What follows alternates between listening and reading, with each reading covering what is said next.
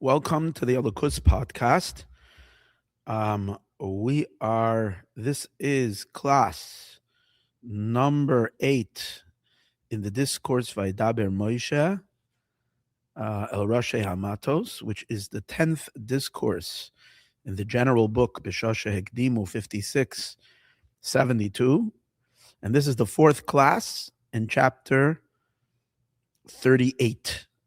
Okay, it's chapter 38, 4th class, the 8th class in the general discourse, Vaydaber Moshe Roshei Hamatos, and this is the 10th discourse in the overall book. So we're plowing forward, and here we are. Okay. In the last class, we were learning how the difference that there is between the various sphirot and worlds, attributes and worlds, are it's not only a difference in terms of quantity of light, more luminance, more illumination into the attribute or into the world, or less, but rather there is an essential quality that differentiates the higher levels from the lower levels. And because there is an essential quality, making it a higher type of a attribute and a higher type of a world, it is for that reason that more light pours into it. So the examples we were given that he used earlier was the difference between Atzilus and above the Atzilus, between the world of emanation and that which is above the world of emanation. We learned in last class, in class number 7, is that in the worlds above Atzilus, the substance of the beam of the kav is revealed, which means the kav is a beam of the Or Ein Sof, of the infinite light, and over there, the mohus, the substance of that kav, is revealed. In Atzilus, only a ray of that light is revealed. Ha'aras hakav, a ray of the light. And a ray of the light means that it doesn't know the essence of the light. It only knows the light from its vantage point, not as the light knows itself, which means it knows only the mitzius, the existence of the light, but not the substance of that light. And that is not a quantitative difference, more light or less light. It's a complete different type of an experience. And we explained that the substance of the Ein Sof cannot be known by the worlds at all. And that's the reason why we consider Atzilus as the mother of all revelation. That means that, or mother and father, the parents of all revelation, which means all revelations to the worlds begin in Atzilus. Because anything above Atzilus would be touching the substance of the Ein Sof. Creations cannot know the substance of the Ein Sof and yet retain being creations. And not only creations can't know it, but even the limited, even sphirot, even attributes of Atzilus, which because they are already defined with certain definitions, that would not hold in the face of the substance of the Ein Sof being revealed in them. So even from the Netzalim Elyonim, even from the supernal emanations, this has to be concealed from them, which shows us of how fundamentally different and how much higher the experience is above Atzilus than in Atzilus itself, and from Atzilus and onward. We're dealing only with a ray and not with the ray of the beam and not the beam itself, the kav itself. Okay. Now, as I mentioned to you in last class, he's going to find an essential difference in higher and lower in the sphere, in the levels above Atzilus itself. And based on our last class, the only differentiation we made was from Atzilus and lower, and above Atzilus, which is a very general type of a differentiation, which is dividing it only in very general terms. And anything above Atzilus was swept into one category. Now he's going to get a little more nuanced, and he's going to show us that even in the levels above Atzilus, there is a difference between the higher level and the lower level. And it's not just more light or less light, but a different kind of an experience. So let's read over here. This is in chapter 38. 1/3, I would say, 2/3 in. So too in the levels that are above Atzilus, above the world of Atzilus itself. We also see there is a fundamental difference in the levels, because the highest level that is above Atzilus, after the Tzimtzum, between the Tzimtzum Harishon, between the first Tzimtzum and Atzilus, are a few general dimensions. Obviously, in nuanced, it's probably without an end. But in general, there is what we call first Adam Kadmon, primordial man, and then we come to Olam Nikudim, the world of Nikudim, or even the world of Akudim, I think is lower than Adam Kadmon. Akudim means where all lights are in one vessel, but there are 10 lights. And Nikudim is when all lights, every light is already connected to an individual vessel. The vessels begin to differentiate, but they're very, very poignant vessels, which means lights that are very intense. And the vessel is considered very one extreme, meaning in one track, without the capacity of a configuration, without the broadness, and that's the narrowness of the vessels, which causes those vessels to collapse. And then finally we come to Atzilus. This is in general. Or Kesa, again, we'll see as we learn. But over here, his main point is going to be that Adam Kadmon, which is the first state that is developed after the first symptom. It's like the first development, the first news, the first beginning of the worlds, kind of a sketch of all of existence to come into existence, from. It was the first chiddush of after the tzimtzum, the first novelty of after the tzimtzum. After the kav is reinserted, the first production is Adam Kadmon. So he's going to differentiate Adam Kadmon from the levels even above Atzilus that follow. Atzilus Gufa, the beginning Adam Kadmon, because the level of Adam Kadmon, moved al Perek, is essentially separated from the levels that are below it. Sha'arei Nikra, because it is called Adam Kadmon, which means primordial man.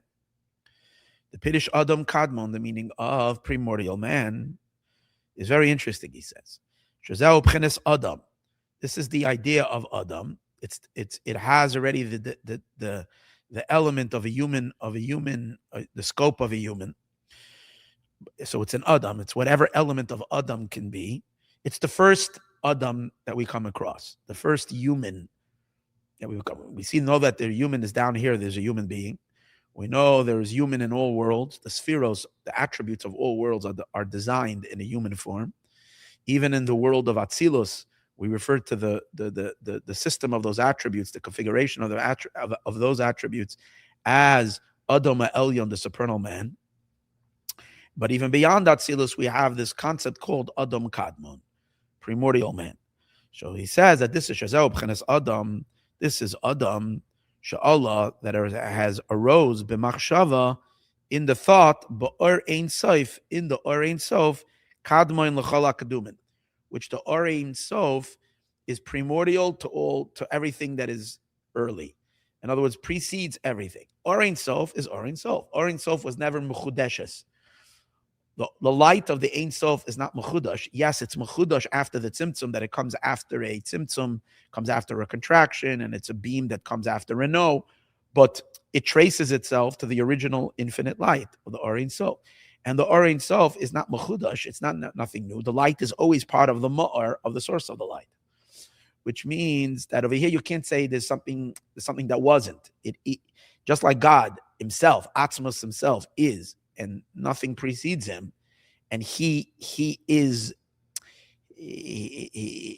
absolute with an absolute existence, which cannot not be, and in his beingness, which always was.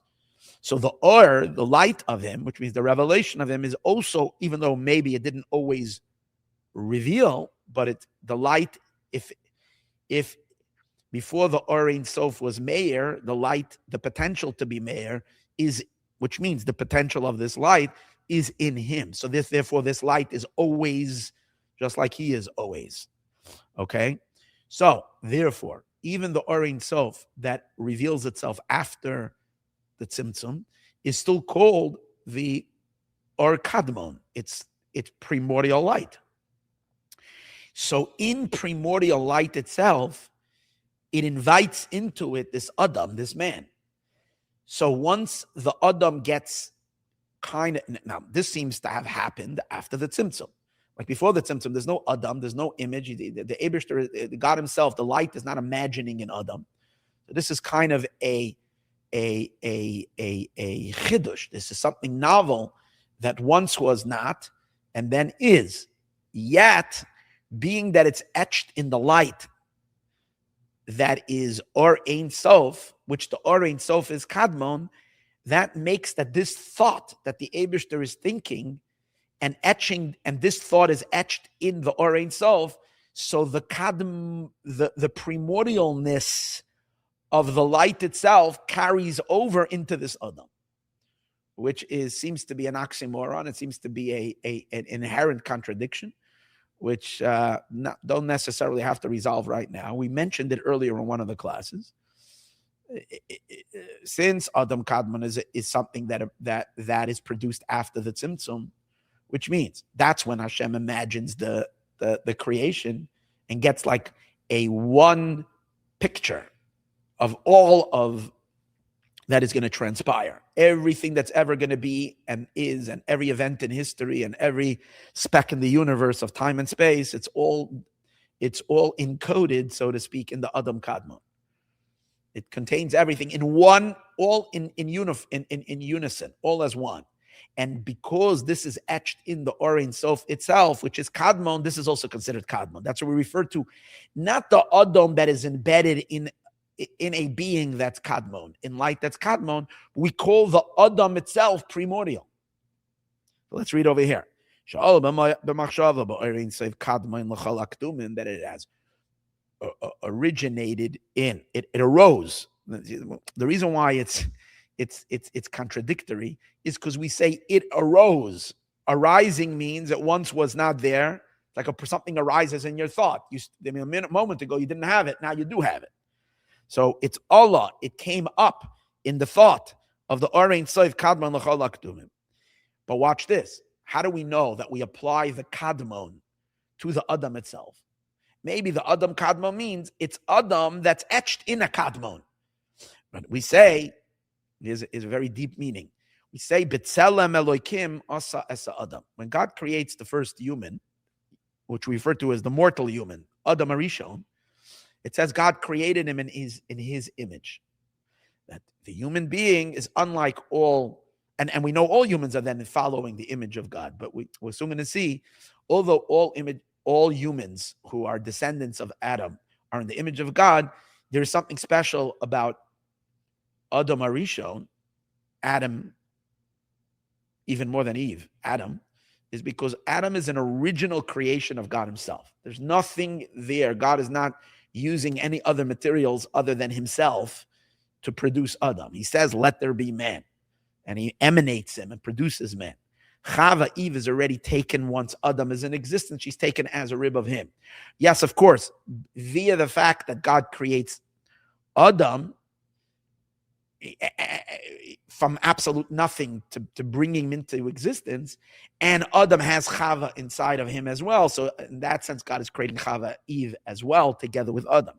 And then the formation of Chava as a full-fledged human, God also carved her out and designed her. But she's, in that sense, secondary, because the original emergence from now no human to human in terms of a full-fledged form is the form of man. The Adam man. Okay, fine. And so therefore, Adam Arishon has a quality of being divine because he's being originated not from parents, not from anything else. There's no intermediator over here. It's purely, directly from God himself, more than all of his descendants. Let's not talk about Eve for a moment, but all of his descendants. We can all agree with that.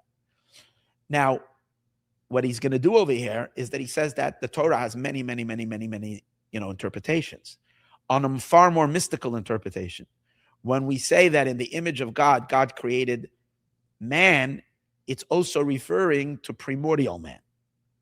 It's the first Adam, even though the Torah, on the simple level, is not talking about that primordial man. Torah doesn't even mention primordial man at all, unless you learn Kabbalah and mysticism. We talk about this primordial man. But since the Torah contains the mystical ideas inside of it, so when the Torah says in the image of God, God created man, it's referring to the first human that God is producing, which is that design of the entire cosmic order that's in the form of a human. Ukeshem. And now, since it says, watch this, that Hashem made this man in his image. So who is the him? So if we're talking about God created man in his image when we refer to me and you, or let's say even Adam, the first physical human being, we can say in the image of God, God created him means in the image of the divine man. Follow? In the image of the divine man. There's a man of Atzilus, as we spoke earlier, the Sphirot together make up a form of a man. So we can say the human being below was created in the image of the man above, which is the divine man. And that itself is wow. God, as he already appears as a man, which means as God is manifesting in the Sphirot, that's when he's called man. And Hashem created us physical human beings down here below to be in the image of the supernal man, of Atzilus. Now let's raise the bar. When it says God creates, if we say that the man above is referring not to the human man here, but the man, let's pick the man of Atzilus, the Sphirot of Atzilus. It says God created man in his image. We can say that the man of Atzilus, the Sphirot of Atzilus, Chachma, Bina, Das, Tefer, which all is a configuration of a human psyche, on an infinitely higher level than our human experience, but still it's that image. We can say that man was created in the image of God, which is the image of God of a much higher man, which is that Adam Kadmon, primordial man, which is much higher than the man of Atzilus. Okay. But now let's lift it even higher. When we say that the primordial man was created in the image of who? In the image of God. Above primordial man, there's no man. There's no level of man above that. It's pure or Ein Sof. So now what does it mean? What image is there? That Hashem made Adam Kadmon, the level of primordial man, be in the image of himself. So he adds over here Gevald. Just like the Or Ein Sof is Kadmon, is primordial, which means always was. So the man that now arises in his thought, which is Adam Kadmon, it carries over the primordialness of the Or Ein Sof to Adam Kadmon, which is something that defies the mind. The mind, how is that? He's creating him. He's Asa. He's making him. Yet he's making him to always have been. It's really cool. It's like he's starting now, but he's making him be retroactively forever, because he's imbuing him with kadmon. That's what it seems like he's saying. Ekashem shehu kadam. Just like, what's the similarity between Hashem himself and the supernal man? Ekashem shehu kadam. Just like he is primordial. Kach gam machshavtoi. So to his thought, keduma is primordial. This is explained elsewhere. Now, this is not the main point of this discussion, and therefore I'm not going to go into it. And right now, in my head, I don't have the explanation to understand this anyways. I'm saying, but it's still, I didn't explore this to understand this, because this is not the main point that he's making over here, and probably we can spend a very long time trying to figure this out. But we have to look up where this makam achar is, and then maybe do some more research. But what that tells you immediately is that Adam Kadmon is very, very high, right? Because it makes sense from the fact that we refer to Adam Kadmon, that the Adam is Kadmon. He's primordial Adam. Okay? But look in the mimer called the Drush, Gimel Mine Adam, of the three types of man. That's a mimer of the Tzemach Tzedek, where he explores this. And over there he says, listen to this, very beautiful. The Adam Kadmon, that the primordial man above has, in order to appreciate its superior quality over the rest of Seder Ishtalshalos, we will compare him to Adam Harishon, to the the mortal human being down here, Adam, in seeing, when we appreciate how Adam Arishon, our human Adam, right, how he possesses a quality that no other human ever has besides Adam. No matter, there are people greater than Adam Arishon. Mashiach will be greater, but still Adam has a quality that nobody else possesses. So by analyzing the greatness and the superiority of the first human compared to all other mortal humans, we will then understand the quality of Adam Kadmon versus all the other manifestations of Adam that come later in the evolution of the worlds. So over there he says like this: the Adam Kadmon u'kamoi Adam Arishon. A primordial man is similar to the concept of Adam Arishon. See, we don't find that Adam Arishon, the human Adam, is Adam. We don't find him being called Adam Kadmon. He's called Adam Harishon. We don't honor him with that honor of Kadmon, because he's not Kadmon. He was created 5,786 years ago. So he wasn't Kadmon. But there is a certain quality that he has. What's his quality? He was directly made by God. All other human beings are created by father and mother, who are already in the second generation creation by God. The first human was created by God. Cain and Hevel, and Shes, they're already produced by Adam and Eve. They're already second generation. They're not directly, their physical body, God imbues the soul with all the stories, but they're not directly made by Hashem. So therefore, he says the same is also, let's carry that quality over to Adam Kadmon. Again, this is all to try to explain how Adam Kadmon is not only a more luminous state within the worlds before Atzilus, a more luminous, a more brighter world, it's of a complete different quality completely. As let's see. Adam Kadmon, the same has been primordial man. Hakelim hema'oirin seif baruch. What, in a sense, when it comes to our souls, let's go back to the physical human. The physical human, we say that we are a product of our parents. It's not so much our soul, because our soul, we know, it says this, the sages tell us the three partners in a human: father and mother and God. Father and mother give the body, create the physical vessel, and Hashem bestows the neshama. So when in terms of soul, all souls are similar to Adam. They come directly from God. To a certain degree, it's still not the same. The vayipach ba'apav that he blew into his nostril of Adam is different than by each and every one of us. But let's, at least for the neshama, let's reserve that great badge of honor that God is directly imbuing the soul. But the body, the main difference between Adam and the rest of us is that Adam's physical bones, sinews, flesh, and skin is directly produced out of nothing. Yesh Maayon, Hashem is producing. Okay, it says he produced him from the earth, but he's creating his body directly. God himself is making it. Right? So the same we apply to Adam Kadmon. The chiddush of Adam Kadmon is that the vessels of Adam Kadmon has already, it's called Adam, it means it's already, there is some subtle type of vessel there. Lights go into vessels. It's human in the sense that it's a soul and a body together. The soul is the pure flow of the Or Ein Sof, coming from the Kav, and the vessels is already whatever design there is in Adam Kadmon that makes it into a design of man. That's attributed to the vessels. So those vessels of Adam Kadmon are directly produced by the Or Ein Sof without any intermediary. What does that mean, without any intermediary? The way I understand it, again, my limited understanding is as follows. Once you go further down in the system,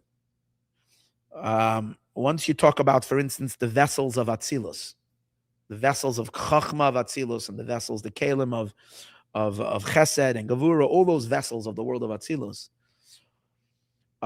The light that resides in those vessels is God Himself. It's the beam, the Or Ein Sof. It's the ray of the Kav. But okay, like we discussed earlier already, we diminished it. It's no more the Kav itself, but the ray of the Kav, fine. But it's Or Ein Sof that's continuing to a certain degree, that's flowing into it, fine. The vessels. Where do those vessels come? So we learn that there's a whole evolution in order to produce those vessels. Those vessels didn't just pop out of nowhere into Atzilus. What's their evolution? We mentioned it earlier. There are vessels in the world in Keser. There's 10 hidden vessels. And Keser's vessels are coming from the world of Tohu, where there is another set of vessels. And there are 10 vessels, but each vessel is independent, is separate. And originally, all 10 vessels are considered one vessel. It's only one vessel. It's as if there's only one vessel and there's 10 lights. So you see an evolution of the vessels.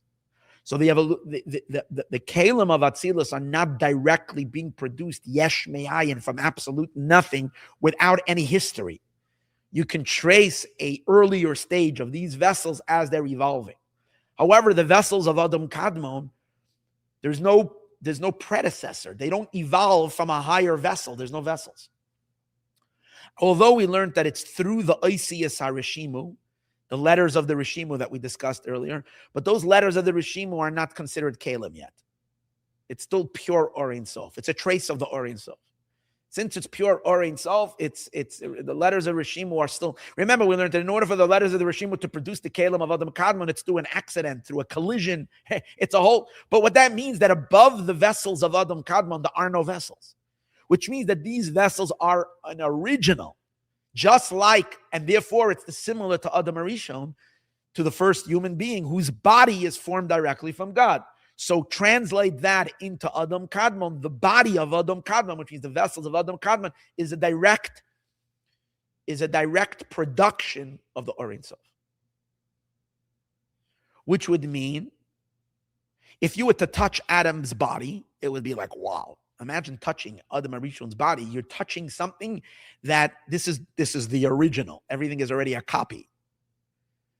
So therefore, to touch the kalim of Adam Kadmon is like, wow. It's like, it's not just a more sophisticated vessel. It's a more original. It's of a complete different caliber.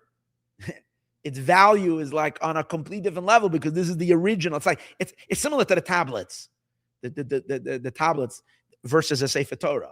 A Sefer Torah is a copy already that we're copying, but the tablets, especially the first tablets, the second tablets, Moshe brought the stone and God imprinted. The first tablets were literally created by God, and Moshe's coming down into this world with a production that's not part of. God didn't take a stone. God produced something from nothing. The luchot, those tablets, similar to that, we're talking about Adam Kadmon is a direct production of the Eibishter himself.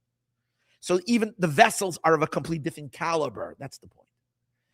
Now he's going to add to that, if the vessels are of a different caliber, we can understand that the light that goes into that vessel, the light of the Kav that's manifesting in Adam Kadmon, is on a complete different caliber than the light of Hashem that's going to reside in lower vessels, in second generation vessels. Because second generation vessels and third generation vessels, because the degree of their quality is so inferior, with an absolute difference than the vessels of Adam Kadmon, so that would mean that the quality of the light must be of a complete different caliber. So that's all to bring forth and to explain and to illustrate the idea how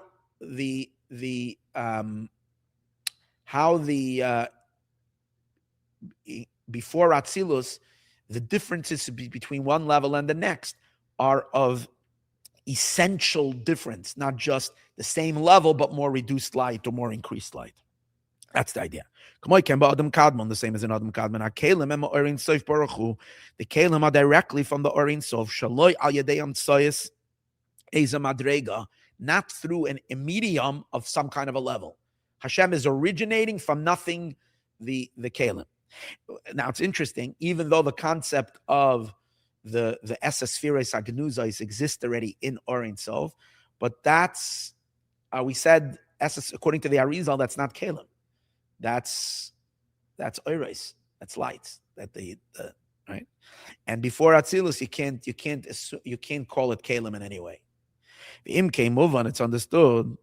The Gam or the Adam Kadmon. So based on that, it's also understood. We can deduce from that the light of Adam Kadmon is not just a brighter light, but the same light, but rather